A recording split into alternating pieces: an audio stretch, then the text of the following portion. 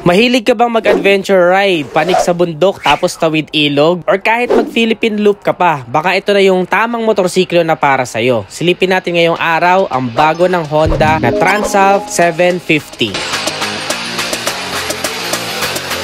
At ayun na nga, sunod-sunod ang labas ng Honda ngayon ng mga bago nilang big bikes. Noong nakaraan na-review natin yung Revel 1100, tapos naman noon ay yung CL 500, tapos ngayon ay meron ng Transalp na 750. Obviously, ang market ito ay para sa mga mahilig mag-adventure, even yung mga nag-Philippine Loop, or kahit mga endurance ride ay kayang-kaya i-endure ng motorcycle na ito. Ano nga ba ang meron sa makina niya? Meron tayo ditong liquid-cooled engine, kaya mabisa sa mahabang biyahe, overhead cam, 4-stroke na merong 8 valves, at syempre naka-parallel twin din ito with 270-degree crank and unicam, kaya maganda na rin po ang tunog nito kung bobomba tayo. Sa displacement naman, to be exact, it's actually 755cc, sobra pa compared dun sa kanyang pangalan, di ba? With the bore and stroke of 87 by 63.5 mm.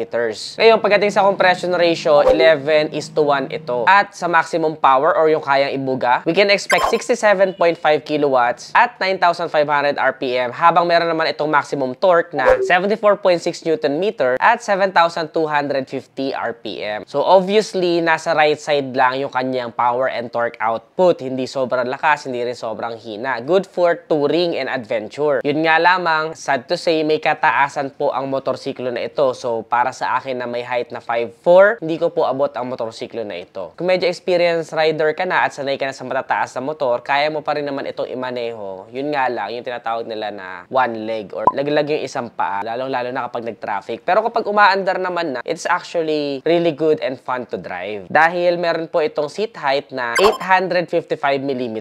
So medyo mataas talaga, di ba? Siguro I would say at least 5'8" in height ang kayang magmaneho nito ng at ease or easy lang. Dahil napakataas ang seat height niya, napakataas din po ng ground clearance siya. Kaya kahit tumawid tayo sa mga ilog-ilog na medyo may malalaking bato, ay kayang-kaya niya po yun. Dahil meron itong ground clearance na 212 mm.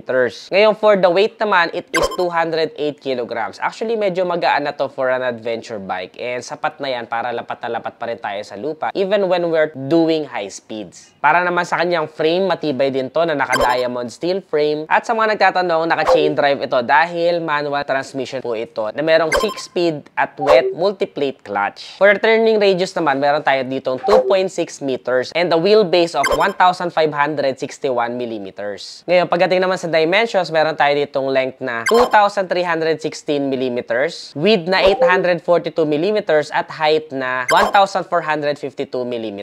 Isa sa mga kapansin-pansin na magandang side niya is yung kanyang side profile niya. This is, kung makikita nyo, sobrang tikas ng tindigan niya. Halata mong malaking motorsiklo ang iyong imamaneho. Bagay na bagay nga ito, parang pulis yung nakasakay. And of course, for the decals, ito nire-review natin ay may kulay na matte ballistic black metallic, at minimalist lang yung mga decals niya dito or stickers. Meron lang tayong Transalp na nakasulat with the black fonts and gray background. And of course, meron tayong Honda badge on the top of it. And then sa gilid naman, nakasulat yung kanyang displacement na 750. So sobrang premium lang datingan niya with the very minimalist decals. But if you want something na medyo may pagka-bold yung decals at mas malakas yung datingan, you can go with the Rose White Edition. Ayan yung medyo magkahalo na yung white, red, at saka yung blue. Kaya para to sa medyo mas gusto ng mga loud colors. But for me, goods na goods na kahit itong kulay matte ballistic black metallic niya. Lalaking-lalaki yung datingan. On the side profile, of course, dun nyo rin makikita yung kanyang pinakatambucho or exhaust. Meron tayong aluminum end cap and aluminum na heat guard para sa ating exhaust. And for the suspension, naka-Showa shocks din po tayo dito na merong 43 mm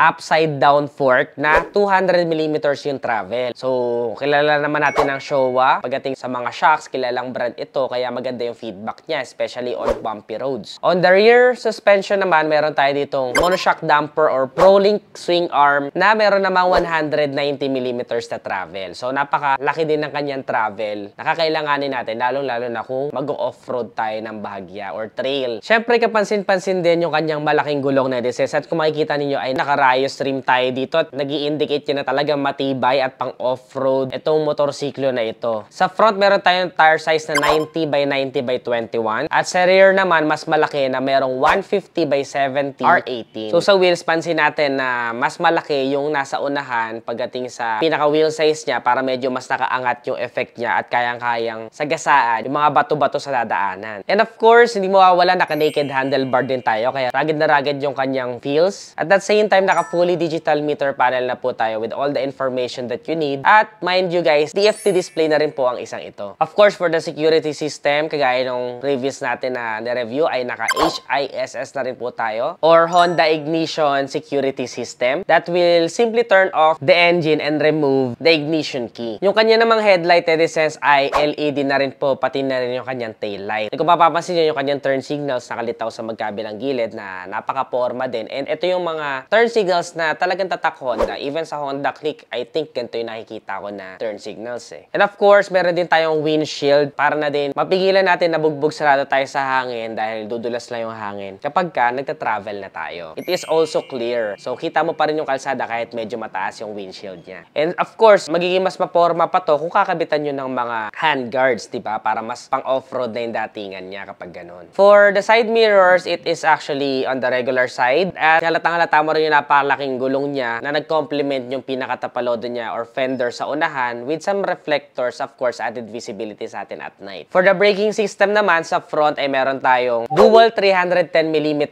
by 4.5mm na wave disc with axial mounted 2-piston calipers. Habang sa likuran naman po ay naka-single 256 by 6mm na wave disc and operated by a single piston caliper naman. Huwag kayong mag-alala dahil dual channel ABS na rin po ang isang to. So both harapan at likuran ay naka-anti-lock braking system na po. So kapag nag-sudden brakes tayo ay hindi mag-lock yung ating wheels at hindi tayo isisemplang ng motorsiklo na ito. Pagdating naman sa upuan, kitang-kita na medyo nakapalalim yung upuan ng driver. Of course, para mas makabuelo tayo na maabot natin yung sahig dahil mataas nga po ang motorsiklo na ito dahil for adventure nga siya. For the pillion ride, meron pa rin naman tayong space and I think magiging comfortable pa rin naman kahit na mag-angkas tayo. But of course, kung mag-off-road tayo, I don't recommend na mag-angkas ka. Yung pinaka-grab bar naman niya para sa ating angkas ay I think ready na rin for some side bags at saka top box. So, di mo na kailangan ng any brackets. Pwedeng magpakabit ka na right away para mas pangmalayuan na yung motorsiklo mo. Currently, ang all-new Honda Transalp ngayon ay merong SRP na 598,000 pesos. Pero ka ng adventure scooter na kaya kang dalhin kahit saan mo gustong pumunta. At the same time, napakalakas din na dating sa kalsada dahil medyo unique yung ganitong klaseng motorcycle. Para sa inyo, netizens, nagustuhan nyo ba ang Transalp 750? Comment nyo naman sa ibaba. Ano pang ibang mga motorsiklo ang gusto nyo mapanood next vlog? Comment your suggestions below. Kung nagustuhan nyo to, don't forget to give this video a thumbs up, subscribe. Again, this is Te Adriano. Always keep it cool and ride safe always. Bye.